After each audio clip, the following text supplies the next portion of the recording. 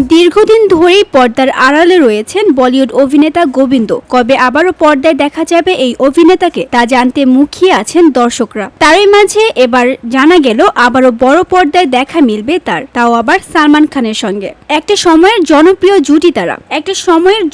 জুটি তারা। তাদের পার্টনার ছবিটিও ব্লকবাস্টার হিট। 2 দশক পরে এই জুটি আবারও পর্দায় ফিরছে বলে খবর পাওয়া যায়।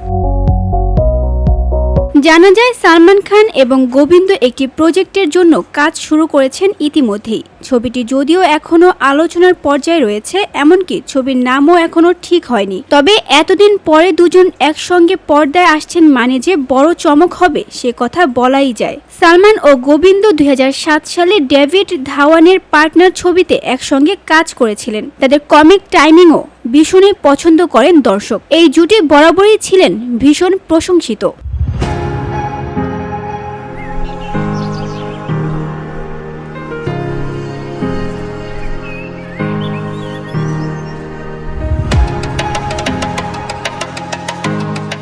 গোবিন্দর স্ত্রী সুনিতা বিগ বস 19-এর মঞ্চে সালমান খানের সঙ্গে গোবিন্দর কাজের ইঙ্গিত দিয়েছিলেন। তবে ভক্তরা এখন শুধুই আনুষ্ঠানিক ঘোষণার অপেক্ষায়। এদিকে সোশ্যাল মিডিয়ায় একটি ছবির মাধ্যমে আবারও পর্দায় ফিরে আসার ইঙ্গিত দিয়েছেন গোবিন্দ। তিনি ফিল্ম সিটি থেকে নিজের একটি ছবি শেয়ার করে ক্যাপশনে লিখেছেন, নতুন শুরুর জন্য প্রস্তুত।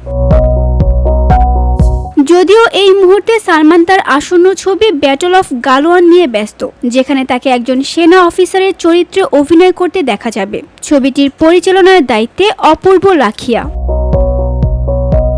VOD Bangla news desk.